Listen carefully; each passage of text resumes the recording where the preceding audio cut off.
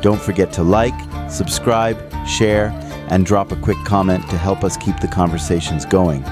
This podcast is sponsored by KEF International. I arrived at the emergency unit, and then I was 3 times 5 minutes without pulse and without. I'd like to come back to another.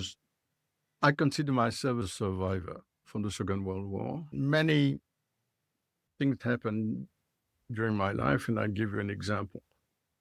In 2003, which is 20 years ago, I was, for professional reasons, on a flight from Los Angeles to Tel Aviv via Zurich. And after half an hour, I didn't feel well. I called the steward and I told him, look, I think I'm going to have a heart attack because I had some heart attack before and we have to do something. So he asked for doctors on board. They came and tried. And then I called him again. I said, I'm going to have that heart attack. We have to make a emergency landing. He went to the captain, and the captain decided to make an emergency landing in Denver, Colorado. We landed. I was taken by ambulance to the closest hospital, which, by the way, was one of the best hospitals in the United States. Nice. I arrived at the emergency unit, and then I was 3 times 5 minutes without pulse and without.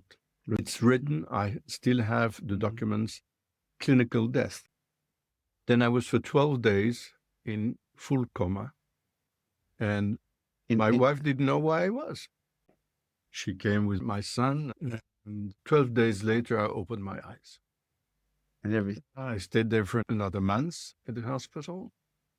At the end of my stay at the hospital, I called the doctor who saved me. And I asked the doctor, could you tell me what happened to me exactly? And he told me, that you were surrounded by angels. That's why every Friday night, I think about it every Friday, about the angels.